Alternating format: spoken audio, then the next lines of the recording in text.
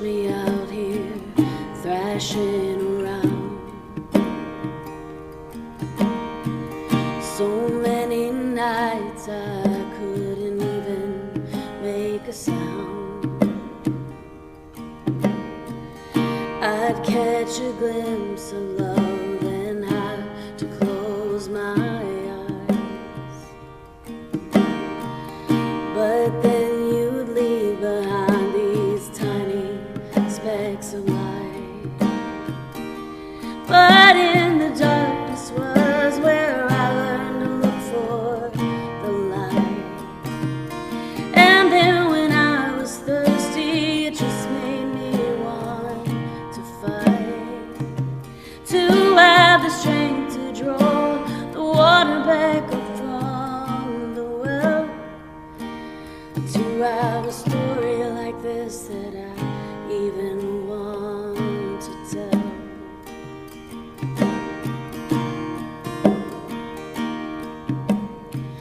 So if I'm being honest, I don't mind the dark. I'd say that's where I found the biggest pieces of my heart. 'Cause in the dark you just have to feel your way alone. But I've always had the hope that I'm being led back home. And in the darkness was where I learned to look for the light. And then when I was thirsty, it just made me want to fight, to have the strength to draw the water back up from the well, to have a story like this that I even want to tell.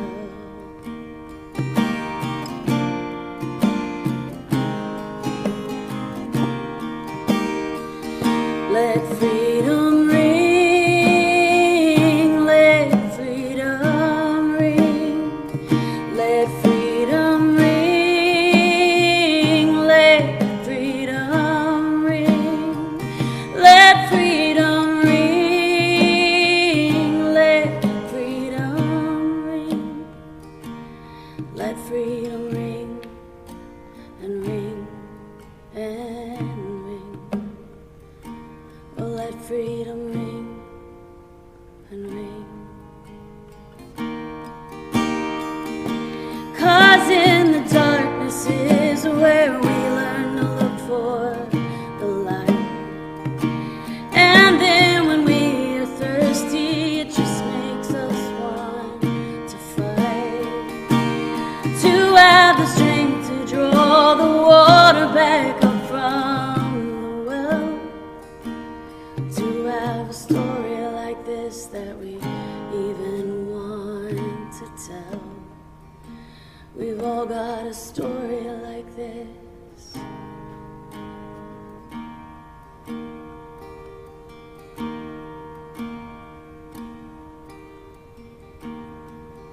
I know you've watched me out here thrashing around. Sometimes you just gotta get lost.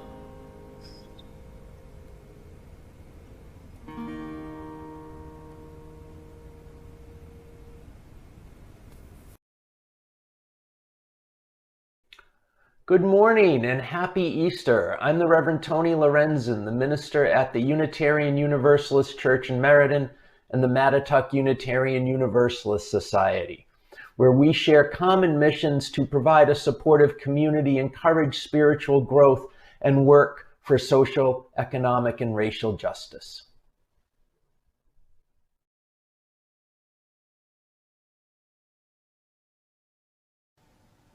Good morning on this beautiful, if still a bit brisk, Easter morning.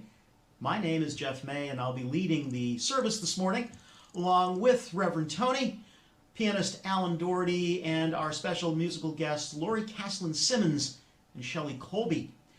We're grateful that you can join us today for this online Easter service. We will be here every Sunday morning at 10:30 for as long as we are not able to hold meetings at our two respective congregational meeting houses. If you're having trouble with this live stream this morning, please reach out to us. We will assist you as best we can. We've got a special address for that. It's streaming@UUMeriden.org. If you send an email to that address, someone will try to help you out. And I'd like to extend a special invitation this morning also to members of both the Mattatuck Unitarian Universalist Society and UUMeriden. If you're interested in learning how you can assist in these streaming services that we're doing with the technology and getting things out there, not just for the services, but also for our other online events, please reach out to me. You can reach me at that same streaming@UUMeriden.org address.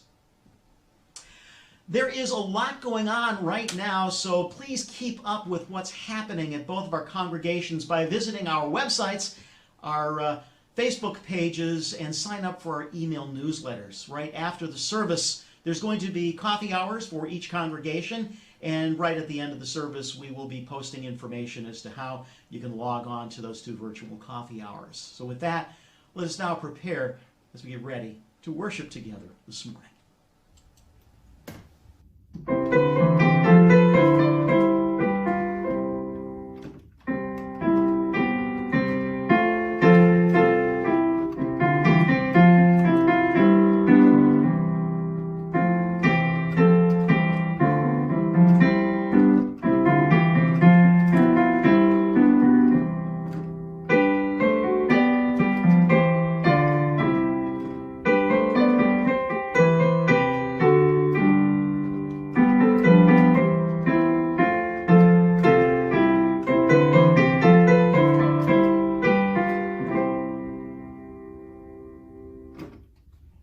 This time here together, even though we're on the internet with each other, where I am, where you are, with the people you're with, this time is made holy by the virtue of our being together.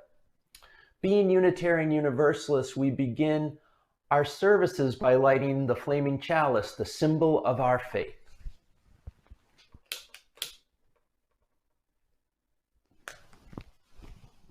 I invite you to say the words for the chalice lighting with me. They should be on your screen.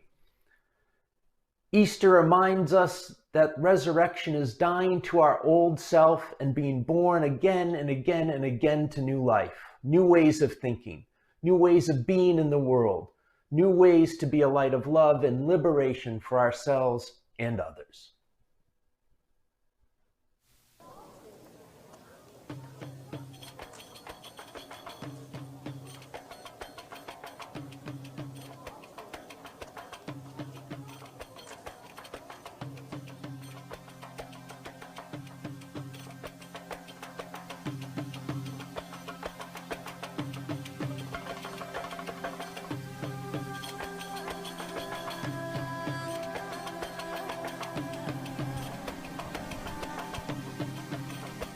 Hard times starve people's spirits as well as their bodies.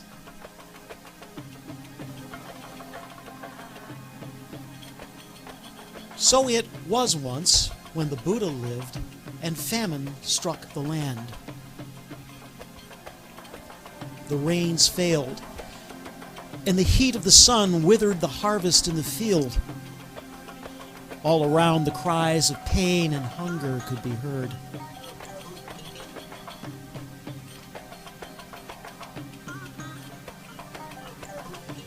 In the midst of this misery, some people grew greedy and selfish.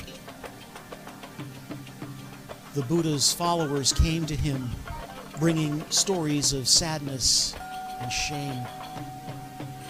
One merchant in town stabbed another, said one, and all for a bag of grain.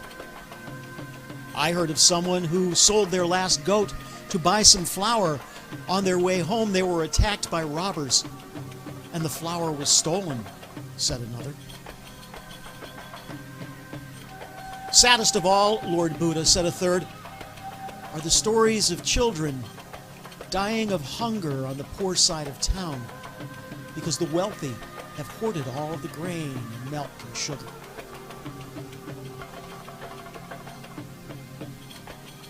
Call all the people together, said the Buddha. Let us see what we can do to help.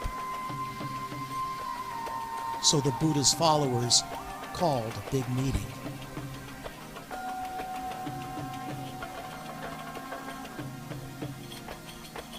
Hundreds of people came, rich and poor, well-fed and starving. Out of respect for the Buddha, they came to hear his words. The Buddha said, "Citizens of this fair land, surely there is enough food in the storehouses of the wealthy to feed everyone. If the rich share what they have in the lean season, then you will all survive to enjoy the benefits of the next good harvest." The poor and the hungry looked hopeful at the Buddha's words, but the rich people grumbled. "My granary is empty," lied one. "The poor are lazy. Let them work for me. Then they can use the money to buy the food I have stored," said another. "There are too many poor people," said a third. "Let them go somewhere else."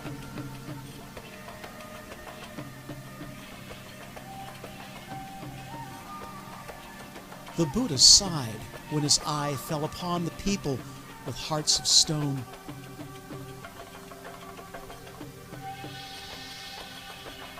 "Is there no one here," he asked finally, "who will take on the job of helping to feed the poor and homeless in these hard times?"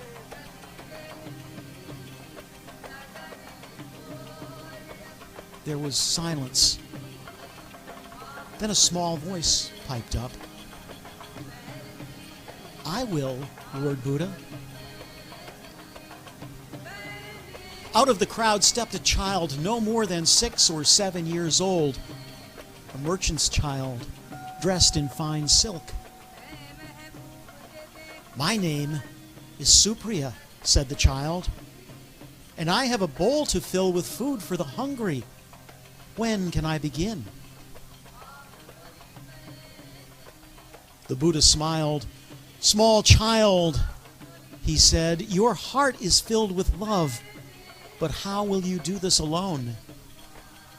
Supriya replied, "Not alone, Lord Buddha, but with your help I will take this bowl from house to house and ask for food for the poor. I will not be refused, I know it." Looking at the child with earnest face and shining eyes, even the most selfish among those present grew ashamed. "I have a little grain in my storehouse," mumbled one. "I have some pickled mango from summer's harvest," said another. "My father was poor once. I'm ashamed to have forgotten," muttered a third.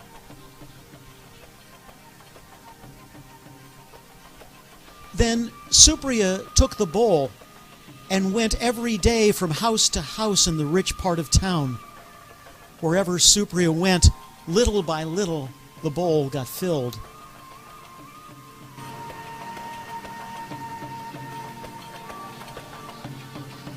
Sometimes an old grandmother would fill it with rice. Sometimes children would give up their sweets for the day. Often, others would join Supriya with their bowls and help take the food to the people who needed it. And sometimes, it is said, when Supriya was tired of walking, the young child would rest in the shade of the banyan tree. Supriya would awake to find the bowl had magically filled itself.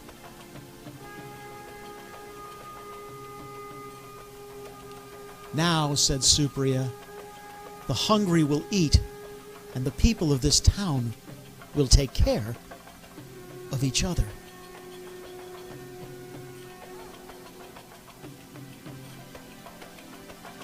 And so, they did.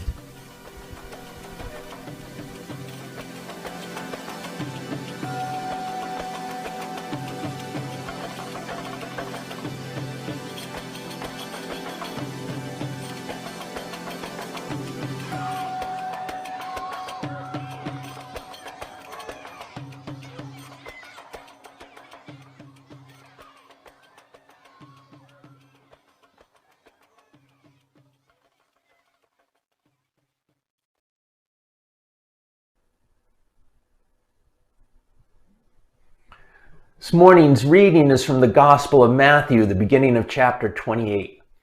Now after the Sabbath, toward the dawn of the first day of the week, Mary Magdalene, the other Mary, went to see the tomb. And behold, there was a great earthquake, and an angel of the Lord descended from heaven and came and rolled back the stone and sat on it. His appearance was like lightning, and clothing white as snow. And for fear of him, the guards trembled and became like dead men, paralyzed. But the angel said to the women, "Do not be afraid, for I know that you seek Jesus who was crucified. He is not here. He has been raised. Come and see the place where he lay. Then go quickly and tell his disciples that he has been raised from the dead. And behold, he is going before you to Galilee, and there you will see him. This I have told you." So they departed quickly from the tomb with fear and with great joy, and ran to tell the other disciples.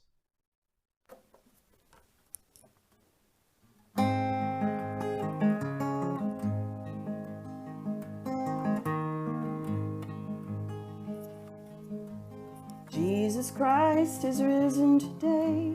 Alleluia. Earth and heaven and chorus say, Alleluia. Raise your joys and triumphs high. Alleluia. Sing ye heavens and earth reply. Alleluia.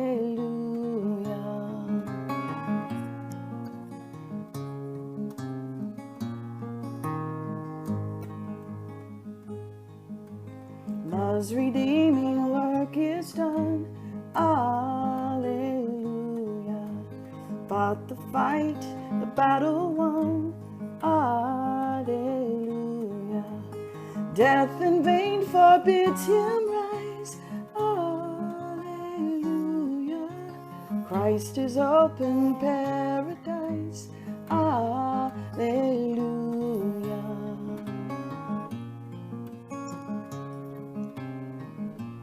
Alleluia, alleluia, alleluia.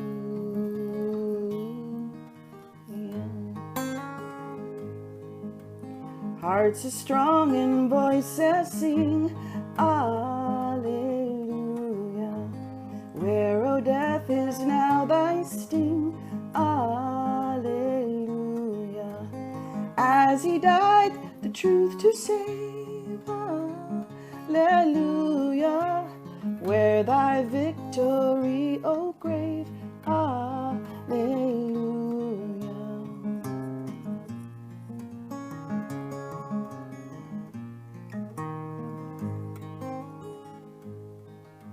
Soaring now where Christ has led, alleluia. Living out the words he said, alleluia. Made like him we rise, alleluia. Ours the cross, the grave, the skies, alleluia.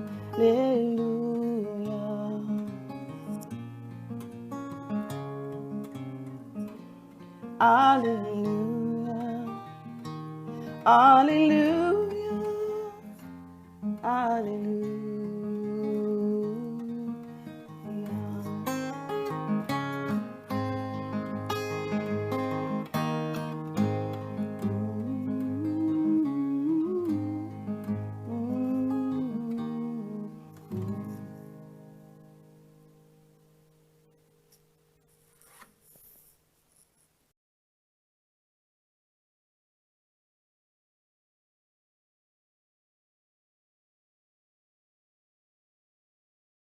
Celebrations around Christian Holy Week seem especially poignant. Holy Thursday commemorating the Last Supper, where Jesus washes the feet of his disciples to demonstrate that the greatest among us are not the rich and powerful, but those who take care of and serve and attend to others. That's being amplified and reinforced daily lately as presidents and senators and bankers are proving ineffective, but the nurse and the teacher and the cashier and the delivery person are proving indispensable. Good Friday is the day of crucifixion, the day when Jesus was tortured to death for being the voice of resistance, speaking truth to power, and insisting on a new and inclusive moral center, as William Barber Jr. would say. No matter what you were expecting in a first century Jewish Messiah, this Jesus guy was probably not it. And yet he had a following. He made people feel seen, included, hopeful, and they killed him, crucified him. Talk about a dark day. And think of the fear and anxiety among his followers. Who's next? Who are they coming for next? When are they coming for us? For me? Not unlike what we're experiencing now. When will someone I know get sick? When might someone I know die? When might I get sick? Will we survive if we get sick? If we do, will we run out of food, of toilet paper? Will we be out of a job, out of money? Every day can feel like Good Friday lately. And so we stumble through the day and into the next. And then resurrection. It's Easter Sunday. I love Easter. I don't need Jesus to die for my sins, but I need Easter. Because Easter tells me love wins. That there is a light darkness can't defeat. That there's always a chance, always a hope.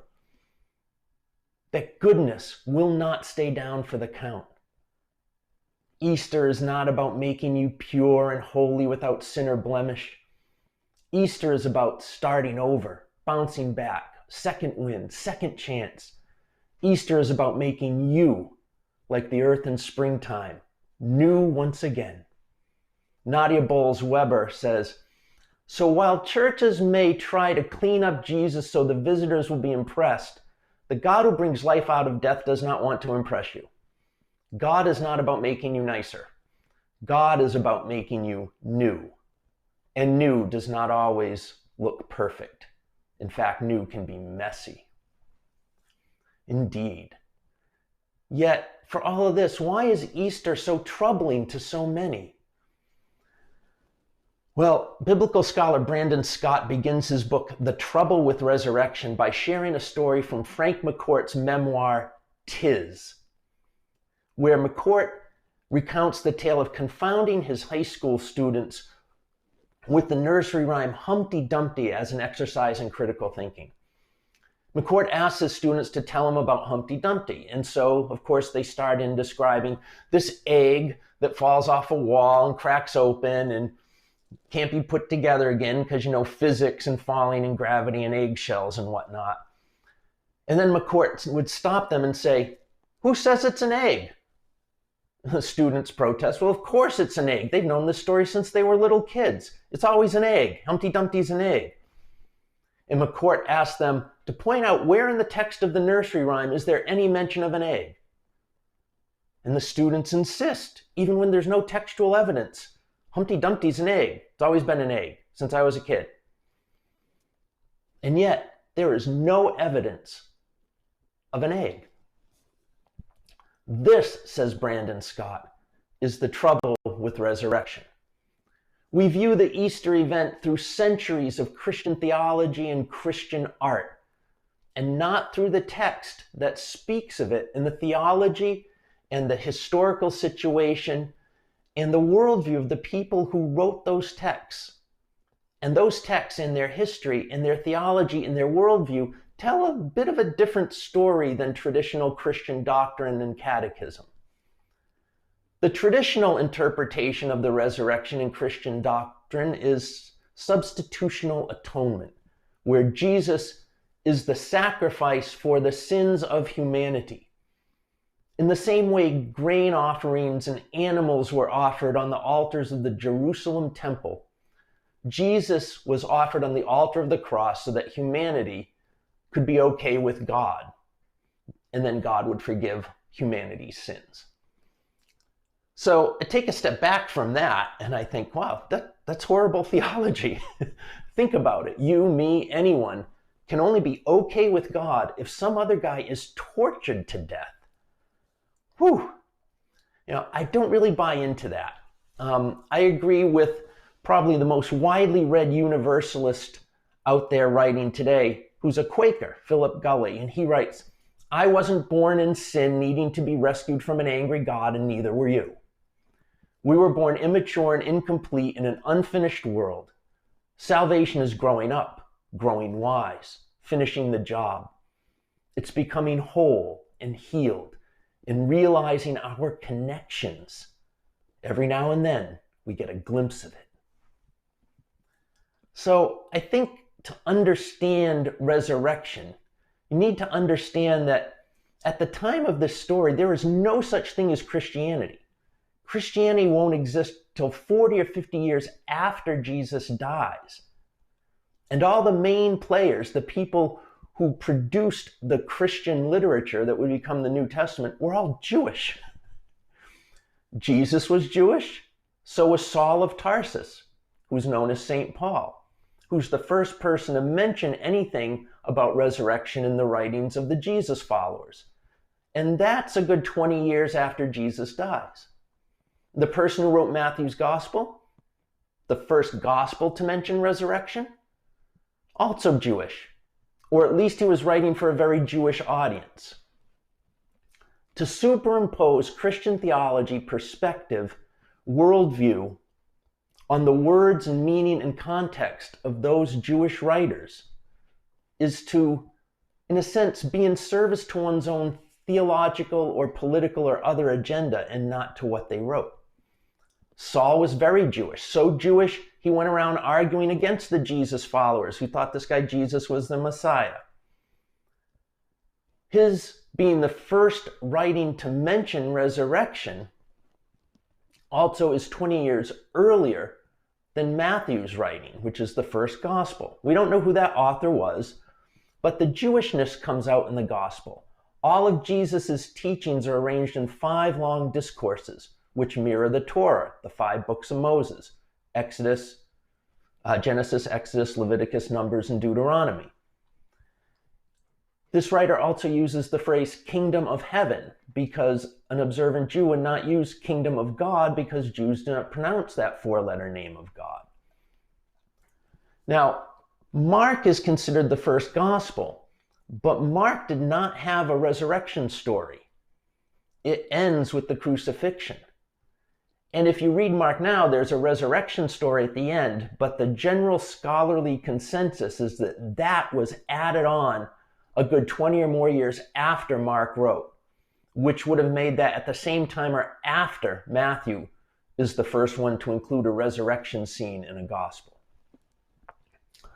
It's also important to know that for these Jewish writers, they come out of a Judaism and a Jewish cosmology that, unlike their neighboring religious people around them, had no concept of afterlife, no life after death, no resurrection, until they had contact with Greek philosophy following the conquest of Alexander the Great, who takes over the Mediterranean world and Palestine especially in about the year 323 BCE. And that's when things begin to change. And things change in Jewish thinking in relationship to something very particular. What happens when a Jewish prophet or hero does the right thing, follows the law of God, is generally thought to have God on their side and be a good person, and they are defeated or they fail? The answer to this used to be, well, God must not have been on their side, or maybe they weren't actually a prophet. Now with the idea of afterlife, the Jewish hero or prophet who seems to be defeated or seems to fail is raised up by God, granted a new life after death. And this raising up by God means holding up that person, that leader or prophet, as an example of being faithful even unto defeat or death, and thus granting that person a reward after they die. This contributes to the rise of apocalyptic literature in Judaism. Now, again, we have to go back to Humpty Dumpty, because when we hear apocalypse, we think of the end of the world stories. It has become identified with what's going to happen at the end of the world. Well, in the ancient world, apocalyptic literature was literature written by members of an embattled, besieged, oppressed, or persecuted community to other members of that group, encouraging them to hang in there because they will eventually defeat their enemies, have better fortune, and come out on top, and they'll make it through.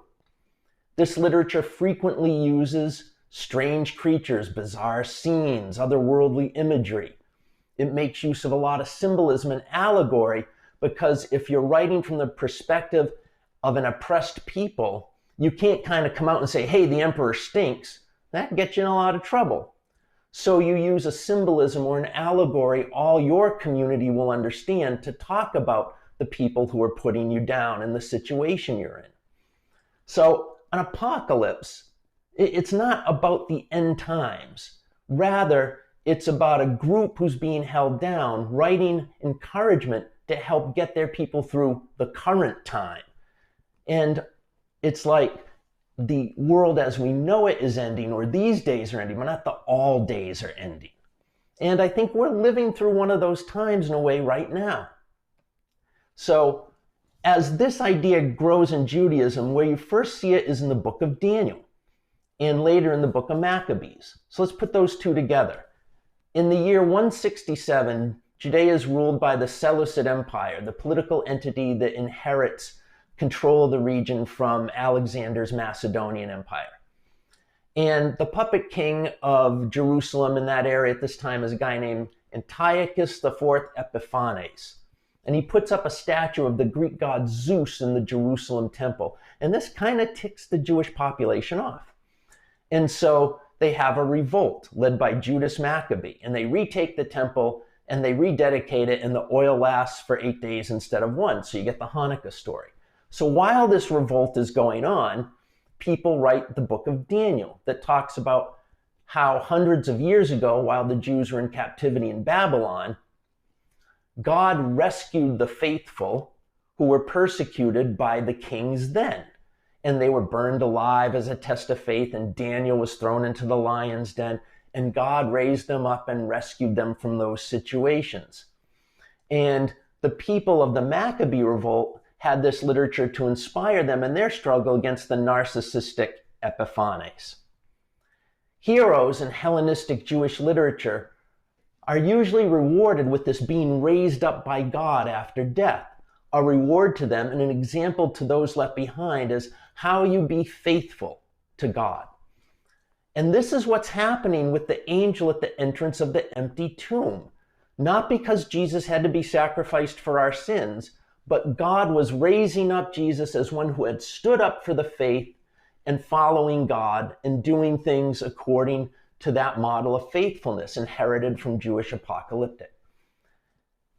And thus, the community who wrote this wants to teach the way of Jesus to others, this way of life.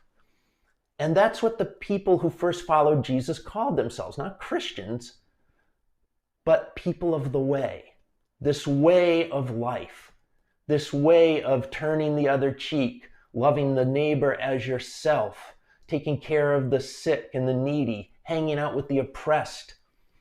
Acting this way is what's going to change our embattled, besieged, oppressed community's situation. And you know, we live in a time of an Epiphanes now. Just as Antiochus named himself Epiphanes, which literally means God is manifest in me, a little egotistical, we have a president who every time he opens his mouth boasts about how awesome he is before he goes on to tell us lies and misinformation. So our times right now have a kind of end of the world feel, in a sense that the days as we knew them have been so radically changed around by the pandemic that it feels like we're leaving one time, entering another. And this time of disease is definitely one of history's before and after moments. We spend our days in an atmosphere and sense of apocalypse hanging over us. And we don't necessarily want to talk about the end of all days, but we want these days to come to an end soon. And so to encourage ourselves, let's tell ourselves the stories of rising against despotism, wherever it has crept up through the ages. Let us retell stories of how tyrants eventually fall and love will win. As Unitarian Universalists, we believe in hope. We believe that we have reasons to believe in ultimate, if not immediate, optimism. And this dynamic is that Jewish dynamic of apocalypse and resurrection. Let us now write stories about the faithful nurses and doctors and teachers and grocery store clerks.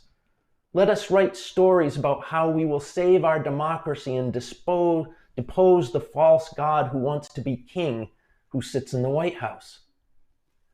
For it will come to pass that health will be restored, and we who believe in freedom will rise up, and we will be even more determined than ever to make sure that hate, war, and injustice lose, and kindness, compassion, and love win. Let us encourage one another daily. Let's check in by phone and video chat. For there will come a time when the corona plague ends and we will return to venturing out in public and back to a little bit more of the way life used to be. And we will mourn those who we've lost. And we will dedicate ourselves to raising them up and making sure their memory remains and inspires us to even greater works of love and service and resistance. In the Northern Hemisphere, Easter comes with the spring and works its way into the cycle of life, the natural cycle of hibernation and awakening of life and death. Like Nadia Bowles-Weber says, becoming new isn't easy. Rebirth is not all fun and games. Renewal takes work, and sometimes hard work. There isn't one of us who has turned their life around, made a new start, or taken advantage of a second or third chance that hasn't gone through some bit of hell to do it. The most powerful part of resurrection or being raised up for me in the Easter story isn't even Jesus. It's his followers and what is celebrated as Pentecost, the coming of the Holy Spirit to those followers. Because they were a group of people who had hung out with Jesus of Nazareth and listened to him and learned from him and laughed with him and cried with him. And they disappeared and went underground when he was executed. And punishments less painful and permanent than execution have caused courageous souls to be silent through history. I can understand why they hid out for a while, and yet eventually something brought them back. They found a reason and a will to carry on with the message of that way of life. They were raised up. They stood up for their faith. They stood up for their way of life, of loving the neighbor as themselves, of loving their enemies, the way of peace, the way of universalism, that all people have access to the holy. They realized that the most important thing was for each of them and for each of us to live into the message and be the messenger. If we wait for someone else to do it, it might not get done. Whatever the source of their courage to emerge back into the world and speak their truth, whatever that wind, breath, or spirit that came into them, we name it holy. And I think it inspires us still. And it will help us get through this apocalyptic time the only way we can, my friends, together.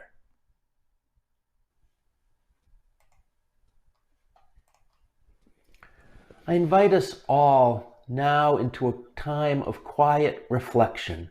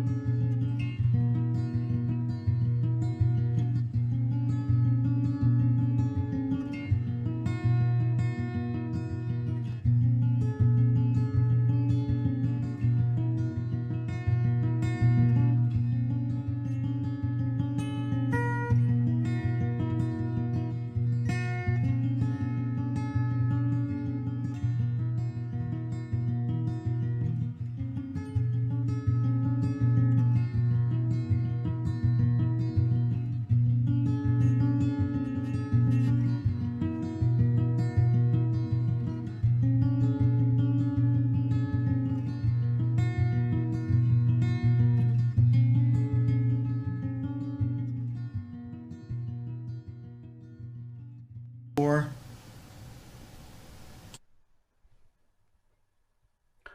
Spirit of life, this Easter it seems easier to fall into the darkness of crucifixion than into the light and rebirth of resurrection. And you call us to a rebirth of our spirit, to a light darkness cannot extinguish, a love hate and violence cannot defeat. We lend all the energy and power we have this morning to teachers, parents, nurses, truck drivers, cashiers, and those who stock the shelves. We lend all the energy and light we possess to the doctors and nurses and helpers. We suffer in our hearts with the sick, especially our friends Amanda and Lori. We suffer in our hearts with the families of those who have died. We listen for your call as to how we can be of more help and be more present to each other. For you, Spirit of life, call us to life in a time of illness and death. You call us to trust and faith in a time of lies and deceit. You call us to speak our truth in a time of widespread, deadly misinformation. You call us to fight the powers that oppress and hurt others. You call us to our most lofty ideals and our most selfless service. In this springtime marked by sickness, in our mutual time of need, we hear this call, and we promise to side with all that love empowers. We will side with renewal. We will side with rebirth. We will side with spring, and we will side with warmth. We will side with strength, and we will side with sunlight. We will side with the sick and with the dying, and we will side with love. And we will live into hope. We will live into solidarity. We will live into peace. We will live into health and healing. We will live into community and communitas, and we will live into love. I invite you now to briefly share in our chat windows what's on your heart this morning, and I will do my best to voice as many as I can.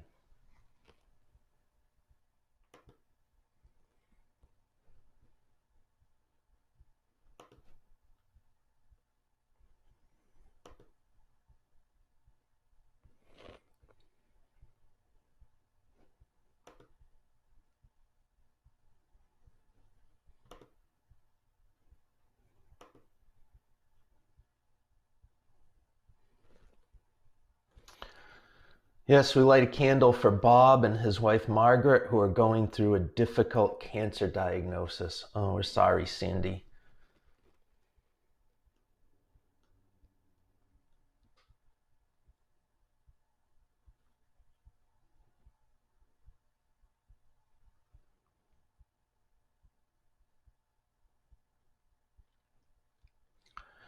We light a candle for Michelle, who has an ailing loved one.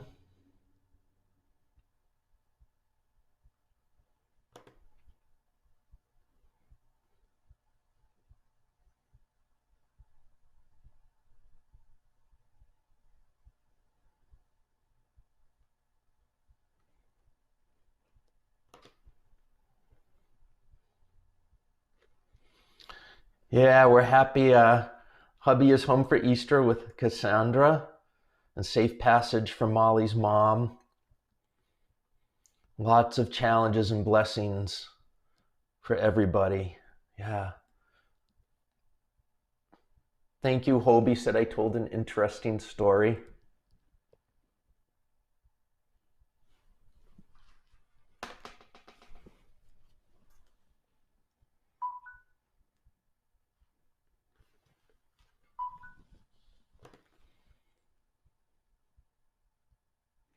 Yeah. Thinking of your mom, Sandy, and yours, Karen, and the husband of the school nurse who works with Lisa, hospitalized with COVID complications. Our heart goes out.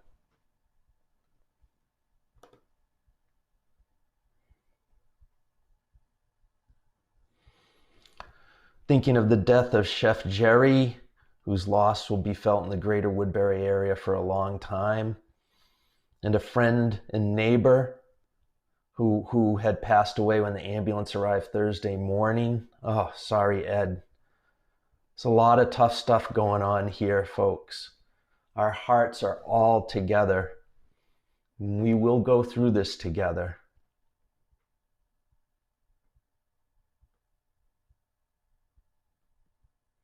Any other thoughts and candles before we go on?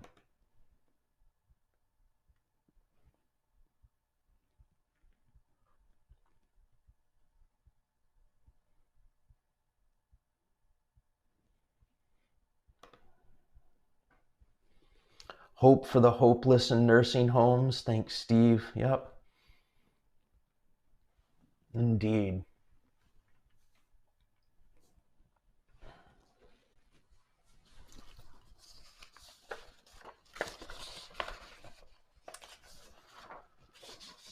Oh.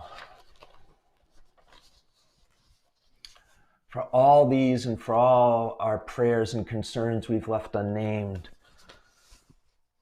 we say amen with the spirit of life.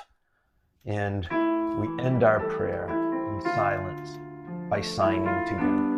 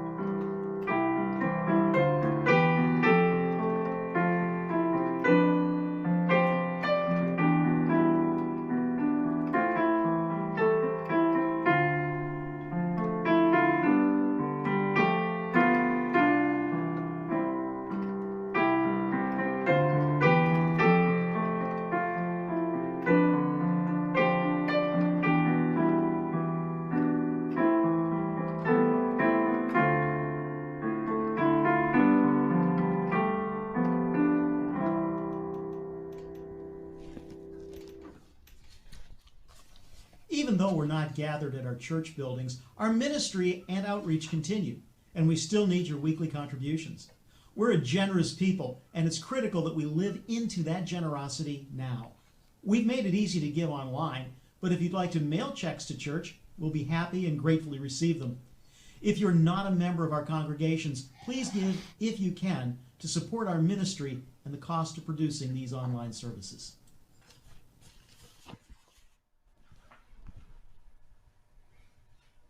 When we are at church, I always ask you what we're grateful for this week.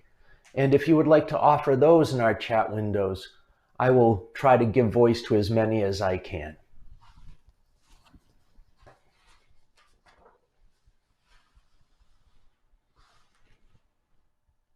And we've seen a prayer for Joyce Ellen that we see and want to name. I'm grateful this week for everyone who's helped us out in this service, and for everyone who continues to be on the front lines with nurses and doctors helping us get through this. Thankful that everyone we know in our congregations who's been touched by this is still okay, and we haven't had deaths in our communities yet, even though they've been around us. Anything else we're grateful for this morning?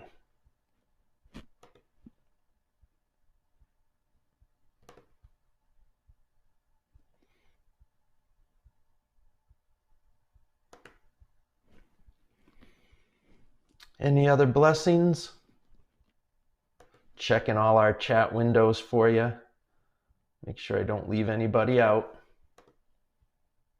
I want to give thanks to Steve Nahas, who drove around yesterday dropping off Easter gift bags for all the children in the congregation. Deeply grateful to you, Steve, for that. Thank you so, so much. And for all the blessings that we've had this week that have been left unnamed here this morning, we give thanks in the name of everything glorious and good.